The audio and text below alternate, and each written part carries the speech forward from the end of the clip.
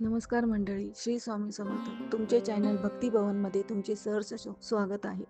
स्वामींची कृपा तुमच्या आणि तुमच्या कुटुंबावर नेहमी राहावी हीच स्वामींजवळ प्रार्थना.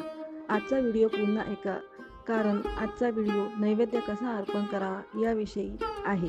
याचा तुम्हाला नक्की फायदा होईल. आणि व्हिडिओ आवडल्यास लाईक करा, कारण तुमच्या लाईक केल्याने आम्हाला प्रोत्साहन मिळते. सर्वात आधी स्वामी समर्थ प्रकट दिनाच्या तुम्हाला हार्दिक शुभेच्छा. आता व्हिडिओला सुरुवात करूया. इसवी सन 1856च्या सुमारास स्वामी समर्थ अक्कलकोटास आले. मंगळवेढ्यातून पहिल्यांदा जेव्हा ते अक्कलकोटास नगरीत प्रवेश केला, तेव्हा त्यांनी गावातील खंडोबा मंदिरात मुक्काम केला. तो दिवस चैत्र शुद्ध द्वितीया शके 1878 अनंत नाम संवत्सरी रविवार दिनांक 6 एप्रिल 1856 हा होता. यंदा म्हणजे 31 मार्च 2025 या दिवशी आपण स्वामींचा प्रकट दिवस म्हणून साजरे करत आहोत. स्वामींचा भिवू नकोस मी तुझ्या पाठीशी आहे हे त्यांचे लोकप्रिय शब्द भक्तांना नेहमी जगण्यास बळ देतात. भक्तांच्या मते स्वामींचे नाव घेतल्याने नवीन ऊर्जा प्राप्त होते, तसेच नैराश्य दूर होते. श्री स्वामी समर्थ यांचा प्रकट दिन या दिवसाची आपण वाट बघत होतो. तो दिवस आला. आपल्यासाठी स्वामी म्हणजे सर्व काही. त्यांचा प्रकट दिन हा अतिशय महत्त्वाचा आहे. त्यासाठी दारात रांगोळी काढावी, दिवे लावावेत, स्वामींची सकाळ संध्याकाळ आरती करावी.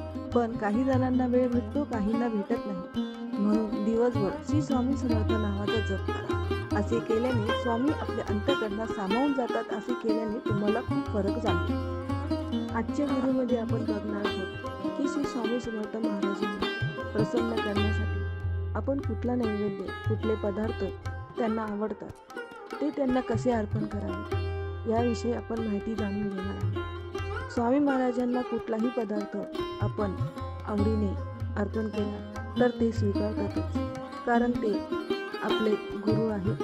आणि स्वामी महाराज भक्तांचे कुठलाही पदार्थ आवडीने ग्रहण करतात. पण काही खास पदार्थ असे आहेत की ते स्वामी महाराजांना खूप आवडत होते, जसे की पुरणपोळी, बेसनचे लाडू, कडबोळी, कांदा भजी, गव्हाची खीर.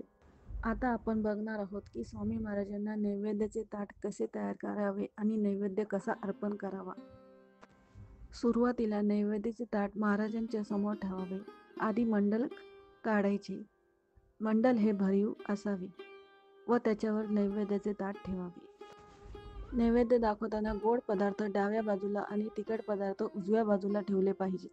नैवेद्य अर्पण करताना पाणी 3 वेळा फिरून गायत्री मंत्राचे उच्चारण करणे आवश्यक आहे. यामुळे देवतेची दिव्य ऊर्जा अन्नात प्रवेश करते आणि भक्ताला आशीर्वाद प्राप्त होतात. स्वामींना आवडते पदार्थ दिल्याने स्वामींचे मन जिंकण्याचा हा एक उत्तम मार्ग आहे. तसे स्वामी तर हाकेला उभे असतातच.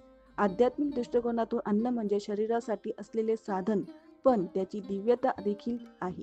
जेव्हा अन्न देवतेला अर्पण केला जातो, तेव्हा त्या अन्नामध्ये देवतेची शक्ती समाविष्ट होते. अन्नातून देवतेची कृपा मिळवण्यासाठी भक्तांचे मन पवित्र असावे लागते. त्यामुळे नैवेद्य अर्पण करताना मनात काहीही द्वेष, राग, विचार आणू नये.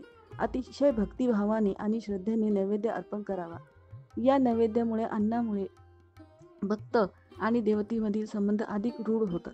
नैवेद्य अर्पण करताना गोड आणि तिखट पदार्थ वेगवेगळ्या बाजूला ठेवणे महत्त्वाचे असते. गोड आणि तिखट पदार्थाचे वेगवेगळ्या बाजूला ठेवणे म्हणजे देवतेच्या विविध तत्वाची पूजा करणे. गोड पदार्थ म्हणजे आनंद आणि शांतीचे प्रतीक, तर तिखट पदार्थ म्हणजे ज्ञान आणि शक्तीचे प्रतीक. या दोन्ही तत्वाचा समावेश केल्याने भक्ताला पूर्ण आशीर्वाद मिळतो. जर नैवेद्य तयार करणे शक्य नसेल, आजच्या दगदगीच्या जीवनात व्यक्तीला वेळ नसतो, महिलांना सांसारिक भरपूर अशा दगदग असते, नैवेद्य तयार करणे शक्य नसेल तर दूध, साखर, गूळ, दही भात यासारखे साधे पदार्थ देखील महाराज हे स्वीकार करतात.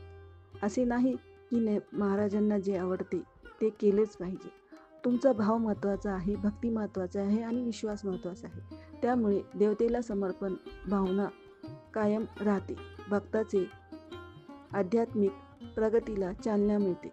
आपले ब्रह्मांड नायक श्री स्वामी समर्थ महाराजांना मुजरा नक्की करा आणि बोला, अनंत कोटी ब्रह्मांड नायक राजाधिराज योगीराज अक्कलकोट निवासी भक्तवत्सल्य भक्त भीमानी श्री स्वामी समर्थ महाराज की जय.